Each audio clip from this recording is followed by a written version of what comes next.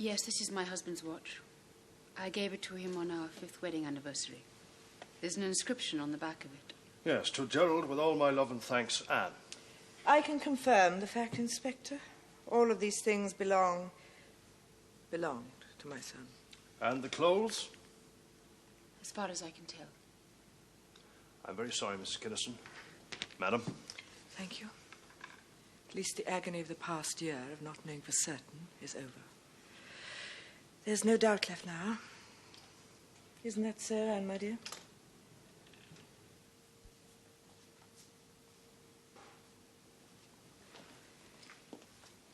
Is there anything further you require of me, Inspector? No, thank you, Mrs. Kyneston. I just need your daughter-in-law for formal identification.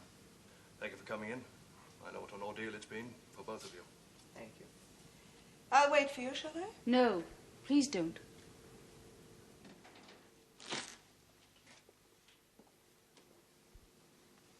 Rien n'a pas plus. Mauve, sel, rouge et mort. C'est la vie.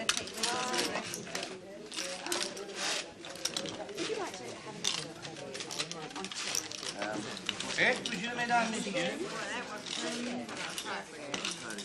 Cover that up. Your bust. Et toujours, mesdames, messieurs. Les jeux sont faits. Il n'y en a pas plus.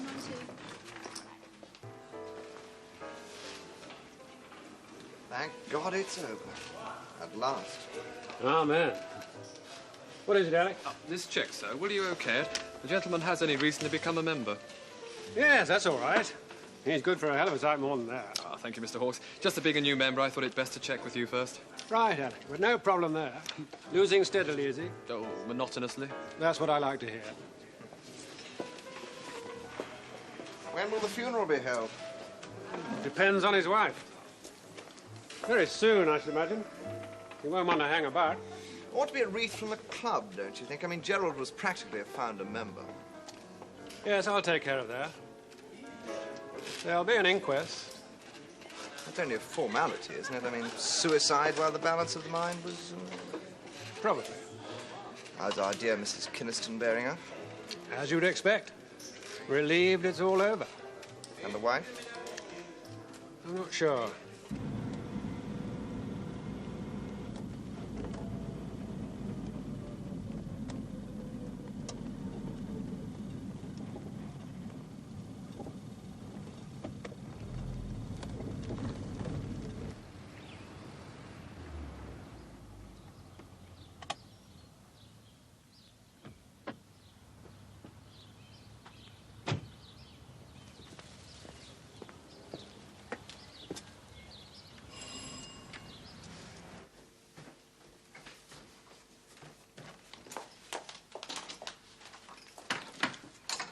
Good morning. My name is Ann Kyneston. I need to see Professor Hardy urgently. I'm sorry, Mrs. Kyneston. I can't say definitely when he'll be back. It could be tonight or even tomorrow morning. He's in Oxford today, lecturing. Oh, I see. I'm Susan Bartlett, his secretary. Can I help? Do come in. Oh, thank you.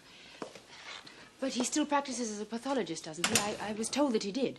Oh, yes, for the Inner London coroner. Come in. No, that's not what I mean. What I meant is, does he still do freelance work? A private individual can retain his services, if that's the right expression. Yes, he does take on private work if the problem involved interests him enough, but he is a very busy man. Oh, I imagine that he is. He's one of the best forensic scientists in the country, isn't he? One of the very best. As we're almost neighbours, I thought it natural to come to him. Oh, I have a country cottage at Newford on part of the Kyneston estate. It's very important that I see Professor Hardy. I must speak to him. May I ask why? He'll want to know. Yesterday, a body was found washed up on a beach near Walhaven. Yes, I read about it in the papers. I'm sorry. Why? Why do you say that? Why are you sorry? Because, well, I understood... Because you also read in the newspapers that I'd identified the body as being that of my husband? Yes. I didn't. As usual, the press haven't got their facts right.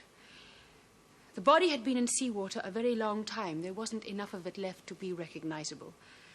All I could do was identify the things that were found with it, and because of that, and because of my mother-in-law, the police are satisfied. But I'm not. Whosever body that is, it isn't Gerald's. I'm certain that my husband is still alive. And I need Professor Hardy to help me prove that.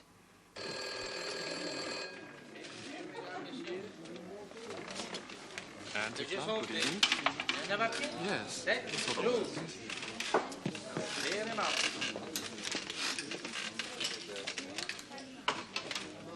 Merci, madame. Faites bouger, mesdames, messieurs. Faites bouger. Hawks. Who? Are you out of your mind ringing me here? Yes, it was. 6 o'clock news. We don't know, but we think so. Listen, don't ring me again. As soon as I can, I'm going to send Jessell. Yes, I will. Yes. Just be patient and wait.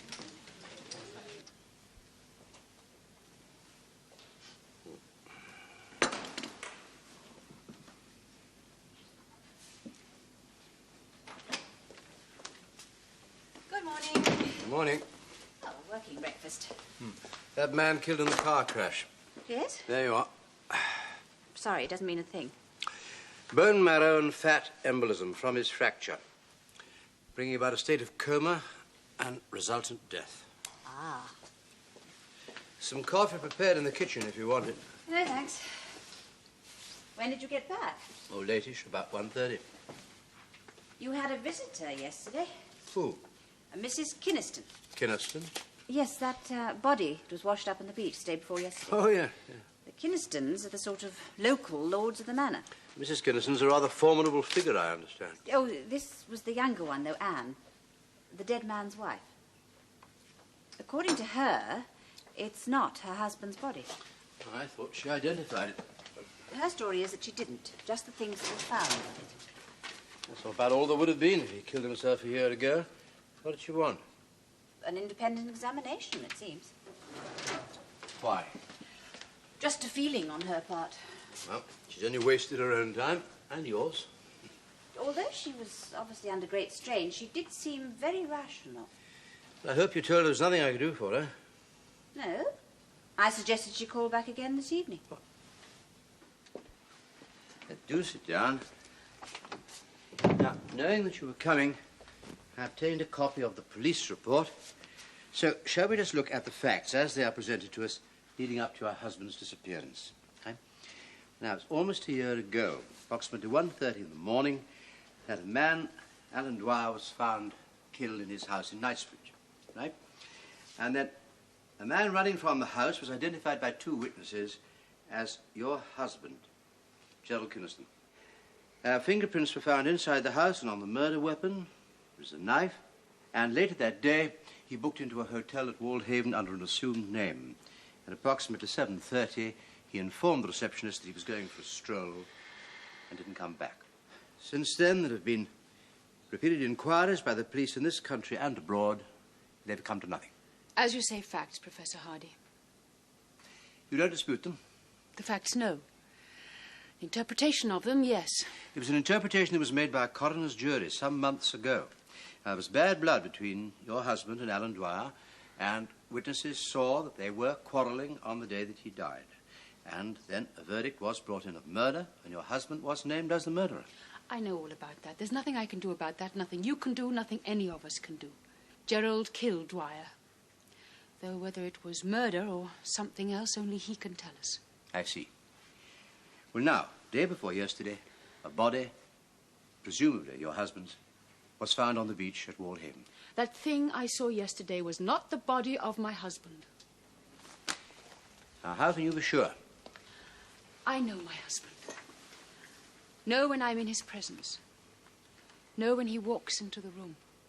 Feel him in the air I breathe. There was sufficient clothing left for you to identify it as his. Yes. And the other things the police found? The rings, the watch, the wallet, everything. All his. But it was not him. Now, look, the pathologist, Dr. Pound, Did he explain to you about decomposition in the sea? Yes. Of course it's unrecognizable to anybody but me. But I recognized it. I recognized it as not being Gerald. And just on those grounds, you want to prove that your feelings are right, that all the evidence and expert opinion is wrong? Yes, Professor Hardy, despite everything, that is exactly what I want. Did you tell the police about your feelings? Yes. And what did they say? The same as you. Well, they're in a much better position to judge than I am. Only they went further and questioned my motive for saying such a thing. Motive? They think that I am a devoted wife, unable to face up to the reality of her husband's death.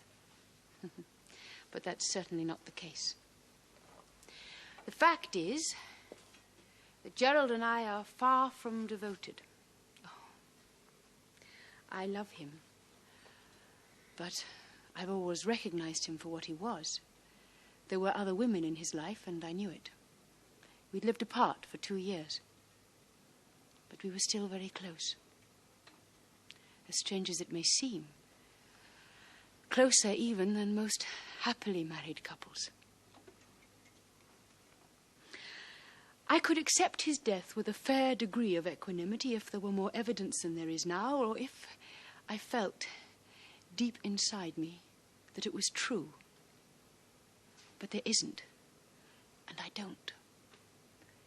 Gerald is still alive. Of that fact, I haven't the slightest doubt.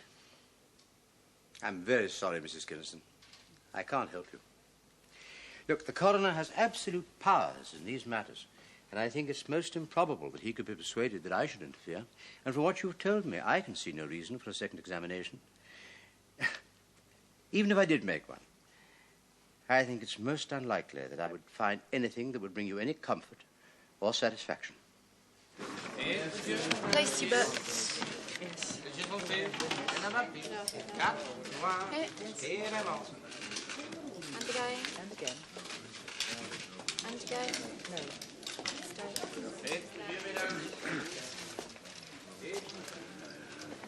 About Gerald, we could have a problem. I've just had a telephone call.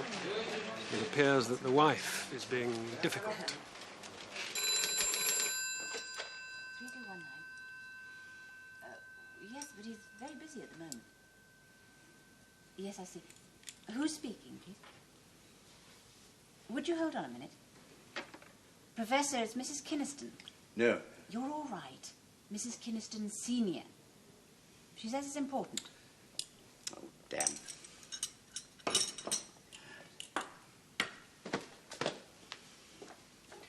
Hardy.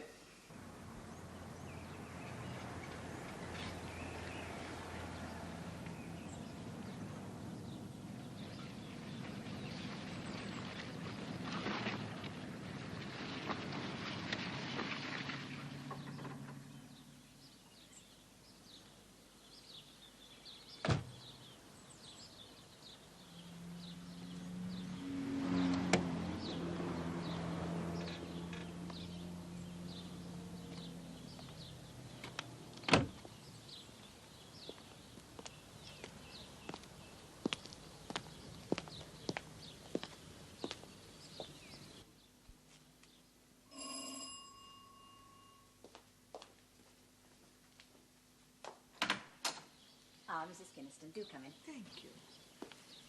The professor's just through here. It's Mrs. Kyneston, Professor. It's good of you to see me at such short notice, Professor Hardy. Not at all. You said it was important. It is. Do please sit down. Oh, thank you. Well, I know you're a very busy man, so I'll come straight to the point. Firstly, let me apologize. Apologize? For my daughter-in-law. She shouldn't have troubled you. Oh. She did come to see you yesterday, didn't she? Yes. That was very stupid of her. Well, not necessarily. May I ask how you knew about our meeting? Oh, she told me what she was planning on doing. I see. Naturally, I disapproved strongly, but she didn't listen to me. She never has. But she shouldn't have troubled you. I'm afraid Anne is a somewhat neurotic young lady, Professor Hardy. Well, she's obviously under considerable strain. We're all of us under considerable strain. We have been since my son first disappeared a year ago. The prying and publicity which started then and which is back with us now is almost unbearable. But no one else has retreated into a world of fantasy. It's also pointless. All she succeeded in doing is creating further distress to me, to those others who knew and loved my son, and to herself. Did she tell you, for instance, that despite the fact the coroner has issued a burial order, she absolutely refuses to make arrangements for the funeral? No, she didn't say that. But it's intolerable. My son should be given a decent burial. I presume that she's asked you to perform an independent post-mortem on the remains. And what was your answer? Didn't she tell you? No, I haven't seen or spoken to her, but Gerald was my son. Under the circumstances, I hardly think you'd be betraying a confidence. Probably not. Then please tell me what you said to her. Very well. I told her that since the police are satisfied, I can see no reason for a second examination. Oh, thank you. I suppose there is no valid reason why your daughter-in-law should feel as she does? Oh, no, none whatever. On the contrary, with the proof of my son's death, she and my 2 grandchildren will inherit a quite considerable fortune. I mean, Anne's future is more secure now than it was 2 days ago. And you have no doubt that it was your son's body? No, Professor Hardy, no doubt at all. If there was, don't you think that I might have clung to it as desperately as Anne has done? I loved my son very dearly. I'd have done and given anything to keep him alive, to have him here now. In prison? Oh, under happier circumstances, I meant. There was no question of Gerald going to prison. I beg your pardon? That's one of the reasons I have no doubt about his death. Ours is a proud family, Professor, and with cause. It's a family with traditions and a code of conduct which has been handed down and observed through many generations. The Kynestons don't pay for their mistakes as other people do. I'm afraid I don't understand. Gerald was my only child. Oh, he was wild and often irresponsible. He made a bad marriage against my advice and later bitterly regretted it. But he always stood by his obligations to that marriage. He never once tried to shake them off. It has been said that he kept dubious company. But his friends were always very loyal to him and very considerate to me. I no longer question that he killed the man Dwyer. The evidence points too strongly to his guilt. And the fact that Dwyer was a blackguard, a cheat, and a liar is, I realize, no defense in a court of law. But whatever faults Gerald may have had, he was a Kyneston. And knowing himself to be guilty of such a crime, he would have taken the only honourable, decent way out. And in doing so, know that I would respect him for it. And you think he took that way? Yes. The Kyneston way. Well, Professor Hardy, I thank you for giving me your time. It was a pleasure. Thank you. I understand you have some connection with Oxford. Yes, I'm Professor of Forensic Medicine. Oh, my husband was an Oxford man. Indeed. Perhaps when all this is over, you might care to visit me at the Hall. It has long been in my mind to settle some money on the university in his memory, but I do need expert advice as to how it might best be placed. I'm sure you could help me to decide. My view would probably be prejudiced. Your desire for the formation of a forensic institute is not unknown to me. I will discuss it with the Vice-Chancellor. Please do. Goodbye for now. Goodbye, Mrs. Kyneston.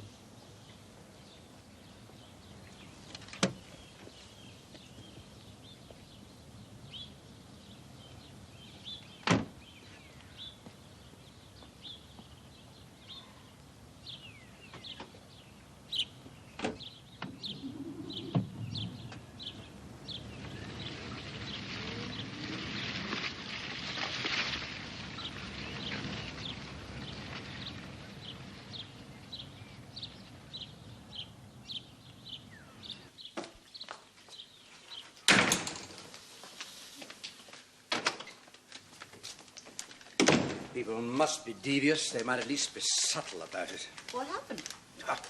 First of all, I was given a lecture on noblesse oblige and then offered a bribe. Get me Ann Kyneston's phone number, would you? What made you change your mind, Professor? I don't know that I have. Then why did you telephone? Why are you here?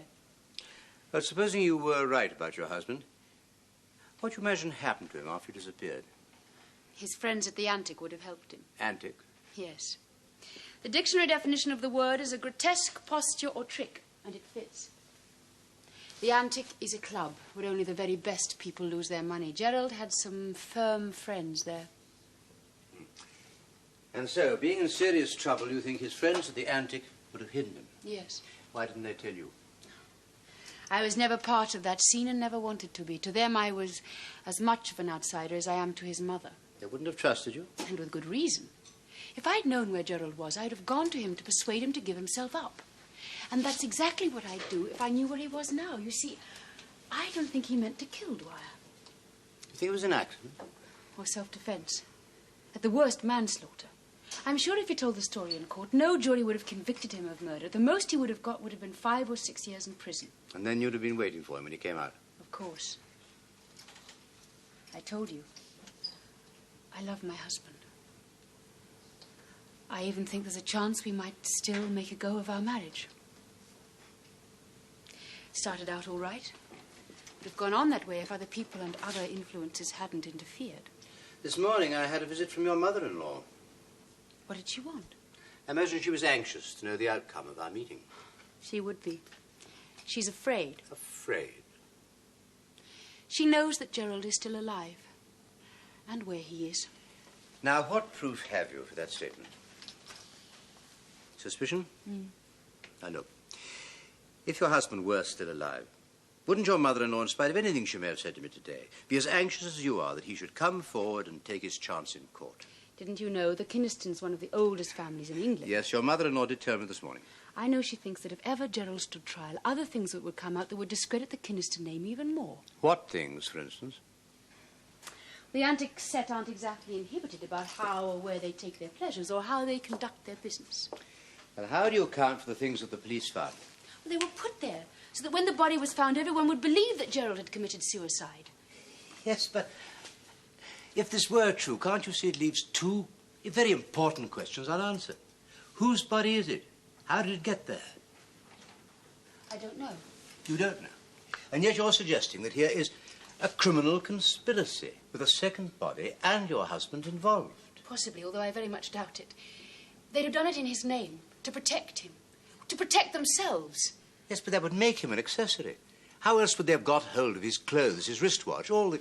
Well, Gerald's a very weak man in many ways. And he'd have been frightened.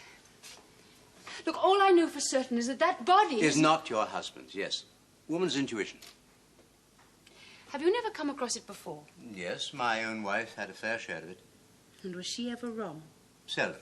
But look, Dr. Bowden is a first-rate pathologist, and I have no reason whatsoever to doubt his findings. Now, do you still want me to talk to Bowden? Yes, I do. Of course, it was largely a presumptive identification. After almost a year in the sea, what remained was mostly skeletal.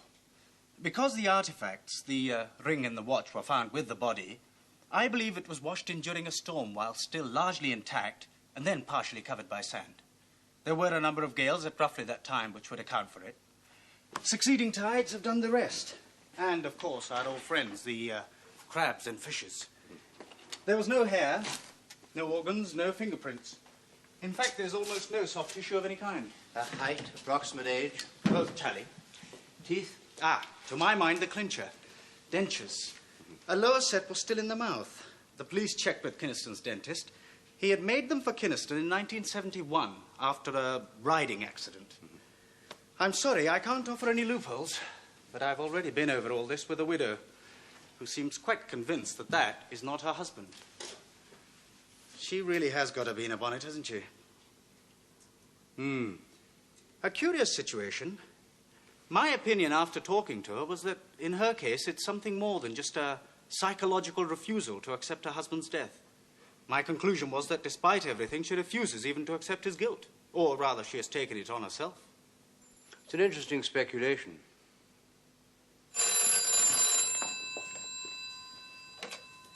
Hello, Ann Kyneston speaking. There's one test that Dr. Bowden didn't make. It's quite understandable under the circumstances. It's a rather unusual test for identification. If the coroner agrees, I think we can count on Bowden's cooperation, but I must have your authorization. Well, you have it, of course. But why, Professor Hardy? For my own peace of mind, that's all. Well, it's your test. Yes.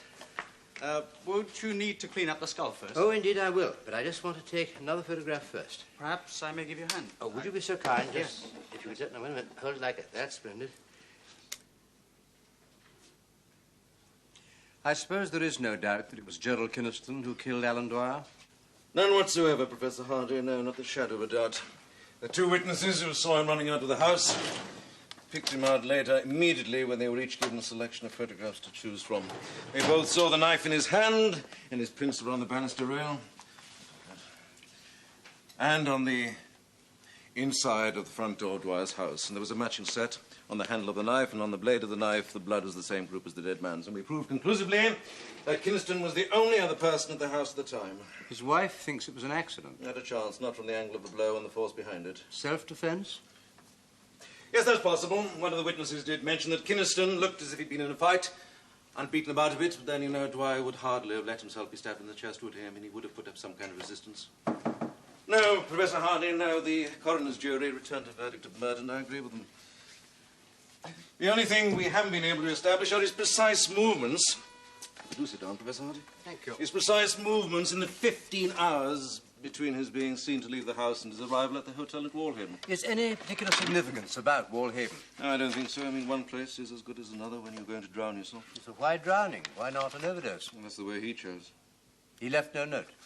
No, but then, as you know, more than 50% of suicides don't leave notes. I think this one might say. You know, his wife thinks he's still alive. Yes, I know. She came to see me. She also told me about her theory that his friends are hiding him away somewhere. You weren't impressed? Good check. When Kyneston disappeared, our first thought was that his friends might have shipped him off somewhere. Vanishing from Walhaven the way he did was consistent with his having been taken abroad by boat. But that line of inquiry got us nowhere. Have you met any of his cronies at the Antique Club? No. Now, Patrick Hawkes is the principal shareholder in the place, and he looks after his own. Indeed. They're a clownish lot. A sort of very select rat pack. When Kyneston dropped out of sight, we questioned them all, and they closed ranks. They said they'd neither seen or heard from him from the time of the murder, and between them they vouched for each other's whereabouts and movements on the night of the murder and throughout the following day.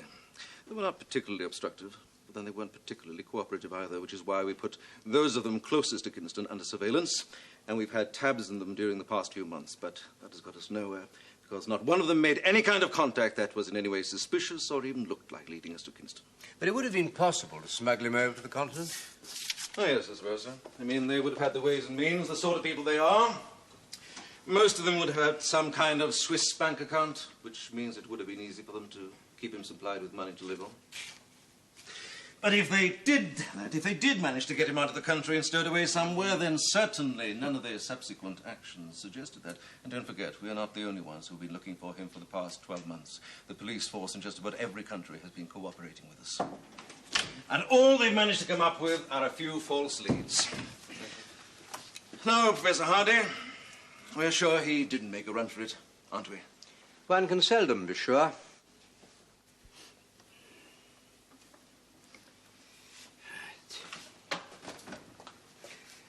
This is it. What's that? It's a test much favoured by the Russians. It was first used in this country for the Ruxton murders, but I don't think it's been used much since. Some people think it's not very reliable, but in this case it could be very interesting. How does it work? Well, this is Gerald Kyneston, and here's the transparency I took last night of the dead man's skull. Now, certain points of coincidence between the points of reference here, the forehead, bridge of the nose, say, or the point of the chin. Now, if those tally, well, all right, it could be Gerald Kyneston. But if one or two of those points of reference don't tally, then it's most certain that his wife is right. So you might pull down the blind, would you?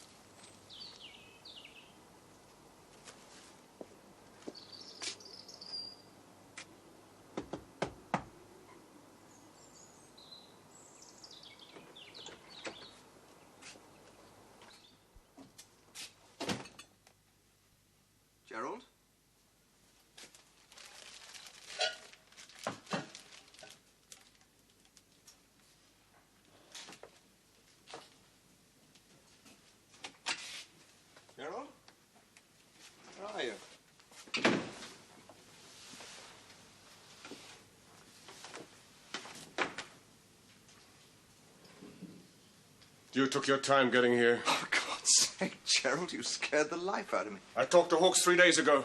I expected you yesterday. I was just cleaning it. I've never used it, but I still clean it every day. It gives me something to do. What the hell kept you? I had to make absolutely sure I wasn't being watched. Watched? Well, who'd be watching you now? They found the body at last. You didn't handle that part of the business very efficiently, did you? Oh, come on now, be fair. We had no idea it would take this long to turn up. Hawkes knows the currents on that part of the coast. If everything had gone right, he would have been washed ashore totally unrecognisable in 2 or 3 weeks. But everything didn't go right, did it? It went all to cock. And now it's been almost a year. Are you all right? Well, what do you think? I've brought you something. Oh, thank God.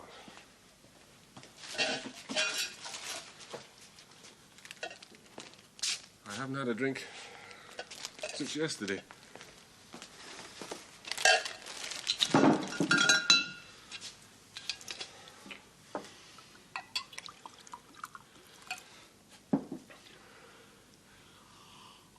Steady?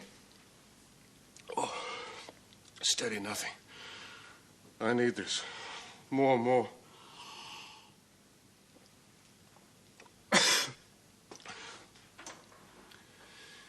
Have you any idea what it's been like this past year? Cooped up in this place 24 hours a day, not able to go out, not even down in the village in case somebody recognises me. It's almost like being in prison. Worse even. I've often thought I'd be better off back in England in jail. It would have been a hell of a sight more bearable than the life I've led here. At least I wouldn't be frightened every time I heard a car or someone walking past. At least in prison there'd be something to do, however monotonous. People to talk to. The only person I've spoken to or seen in 11 months is the caretaker, that old fool Barbier. And he only comes up twice a week with the food and the drink and the newspapers. He says hardly a word even then, he just grunts. In God's name, where did Hawkes dig him up from? He's reliable. And he kept his mouth shut. He's being well paid. Turning me in wouldn't be to his advantage. Although, frankly, sometimes I think he'd be doing me a favour. Come on, Gerald. Hang on just a little longer. I know it's been rough on you. We all know what you must have been through, but it's practically over. You're almost home and dry. Officially, you're dead, and soon you'll be buried. Hawkes is fixing up a passport for you. In a couple of months, you'll be able to go almost anywhere, and money won't be any problem. You know that. And we're all behind you, like we've always been. You'll be able to start a whole new life somewhere, with nothing to worry about. I mean, no one's going to be looking for a dead man, are they? How's Anne and the kids? Fine, I think. Yes, they're fine, I'm sure of it. But you haven't seen them, have you? No, I didn't think it would be a very good idea, and anyway, I don't think Anne would have welcomed any of us if we'd dropped in on her. That's right. But don't worry, they're okay. No problems. I've seen your mother. She's been magnificent. Of course. A model to us all. Tell me again, Martin. Tell me again that it's almost over. I promise. A couple of months, that's all. And then up and away, free as a bird. Thanks. Because I'll let you into a secret. Living like this, hiding away, always afraid. There's just no damn point in it. I hoped to find you in a more reasonable frame of mind. I can't imagine why. Nothing's changed. It's been made very clear to you that no one's taking you seriously. I should have thought that alone would have brought you to your senses. All you've achieved is to make a fool and a nuisance of yourself. You think so? Oh, my dear, I'm quite sure of it. No one's paid any heed to your wild ideas. But then they weren't likely to, were they? Not after the coroner had accepted proof of identification at the preliminary hearing. Anne, my dear, I know that we've had our differences in the past, that we dislike each other even. But for now, let us at least see this tragic business through to the end with dignity. Beyond that, I ask nothing of you. Just that you be sensible, and we are seen to be united in our grief. Togetherness. Yes, that would be something of a novelty. Just until the inquest is resumed and a verdict brought in. And the verdict will be suicide. Well, not necessarily. There was no note left to anyone. Hopefully accidental death. Either way, Gerald will then be officially dead, won't he? Of course. But he is dead, Anne. And meanwhile, you must allow arrangements to be made for the funeral. Proof positive. Gerald Kyneston laid to rest by his loving wife. All I want is for my son to have a decent burial. In the family vault. Naturally. A stranger lying alongside all those Kynestons? Oh, Anne, really, my dear. Wouldn't you find that rather galling? But then perhaps not. Maybe you're satisfied that the dead man had a fitting pedigree for such company. Oh, my God, this is too much. It's really more than just some strange obsession. You're not well, are you? Are you seriously suggesting Yes, that I am. I'm more than suggesting. I'm saying that you know as well as I do that that's not Gerald's body. That you're well aware that he's still alive. And where he is now...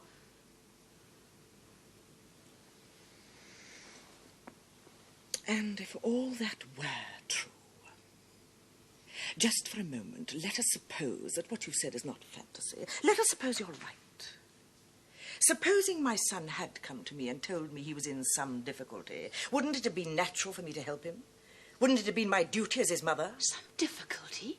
He hadn't parked his car on double yellow lines or been stopped for speeding. He'd killed a man. Alan Dwyer was utterly worthless. A man I doubt anyone would mourn for. Just the same, you'd have had Gerald pay for what he'd done, wouldn't you? Yes. And he'd know that, wouldn't he? I imagine so. You'd have done everything in your power to try to persuade him to give himself up. Yes. And that would have been reason enough for him not to turn to you, wouldn't it? But he did turn to you. We're just supposing, aren't we? But if he had, it would have been with good reason. Knowing that I would protect him as I've always protected him, as I've always protected the family. And there's more to it than just Dwyer's death, isn't there? Oh, if you say so. This is your charade. But I've always stood by Gerald. Throughout his life, I've tried to guide him and advise him as to what was best for him and the Kynestons. Unfortunately, he didn't always heed my advice. I'm the first to admit he'd made many foolish mistakes, the greatest of which, beyond any doubt, was in marrying you, my dear Anne. But whatever mistakes he made, he knew that I was there to help him pick up the pieces and start again. And in the process, you ruined him. And what did you do for him with your frigid, middle-class moral values? You lost him, as I knew you would. But I never did. Because, you see, unlike yourself, my love for Gerald has always overridden any other consideration.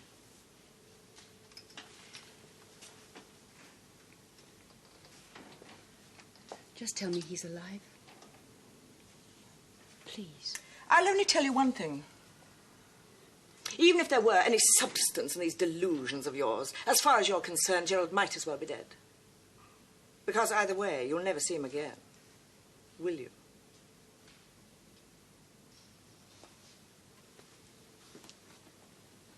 What if I go to the police and tell them about the conversation we've just had? Ah, I've said nothing. I've simply been playing a game of make-believe with a woman whom they already think is half-mad. As you please.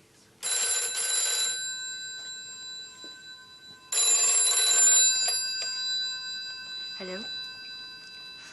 Oh, yes, speaking. Oh, hello. I see. You're absolutely sure? Yes, it does, doesn't it?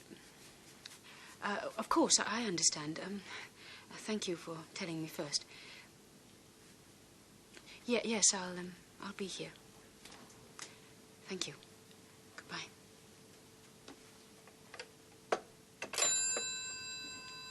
That was Professor Hardy.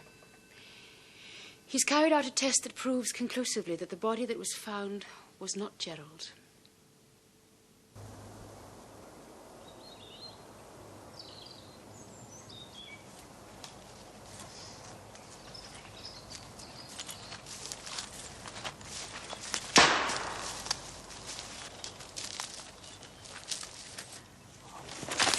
Qui est là? C'est interdit, cassez ici!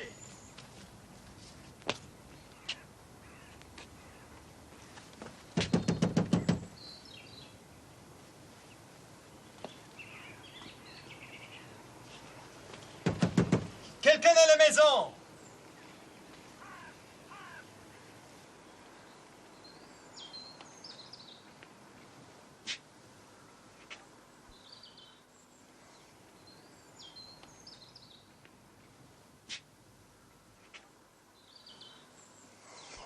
ça, mon mère. What did Kyneston say in his note? That he killed Dwyer in self-defense. So his wife may have been right about that, too. She was right about a number of things. Did he say why he killed her? Well, apparently he went to see Dwyer. There was a quarrel, and the quarrel developed into a fight. And Dwyer got him by the throat and was throttling him. Kyneston took out a knife, and goodbye, Dwyer. What was the quarrel about? I have no idea. He didn't go into that sort of detail in the note. Blackmail? That's possible, yes. Copy? Thank you. Did he say anything about his friends, the Antic Club? No, but we've had our suspicions for some time that the anti-club's inner circle are into some very shady activities. I mean, Dwyer could have got the goods on Kyneston. On all of them, come to that. In which case, Gerald Kyneston's friends and associates wouldn't have been sorry to see Dwyer killed. He'd have done them a favour, in fact. All the more reason for them rallying round and getting him clear, and he'd have needed a lot of help, and who else could he turn to? Help that might have included murder. Bodies aren't that easy to come by nowadays, are they? As for the dead man on the beach, that's the line we're pursuing at the moment, but God knows how far we'll get with that. What have we got for starters? An unidentified skeleton, no fingerprints, no possible means of identification, no missing person linked in any way with Kyneston or any of his cronies, nothing. Oh, we'll put Hawkes and the others through the grinder, all right, but I doubt very much if that'll get us anywhere. They'll stick together like they did before and alibi one another. And up against tactics like that, we'll achieve damn all unless we strike lucky. But, of course, we'll go on digging and digging and digging, and if there's one thing the police have got a lot of, it's patience. You'll see. They'll get away with it. Like they get away with everything. A rich, exclusive group of parasites that consider themselves to be above the law, and who are, what's more. Always supposing that they are guilty. You doubt it? I haven't a single doubt. Not about Hawkes, or Martin Jessell, or my mother-in-law. You really think she was involved in all this? She knew that Gerald was still alive. She as good as told me. Well, that would make her an accessory. And she had even more at stake than Hawkes. The good name of the Kynestons. She could excuse her son killing a man like Dwyer, even justify it. But not those other things Gerald and his friends were involved in, which almost certainly would have come to light if he'd ever stood trial. That kind of scandal she would not have tolerated. It's ironic, isn't it? All I ever wanted to do was to help Gerald. I was right. He was alive. And now he's dead. And I killed him, didn't I? Is that what you want to believe? I killed him. If their plan had worked, he would be alive now. We might have met somewhere. We might still have found something together. No. You'd have found what they found on the beach. An empty shell.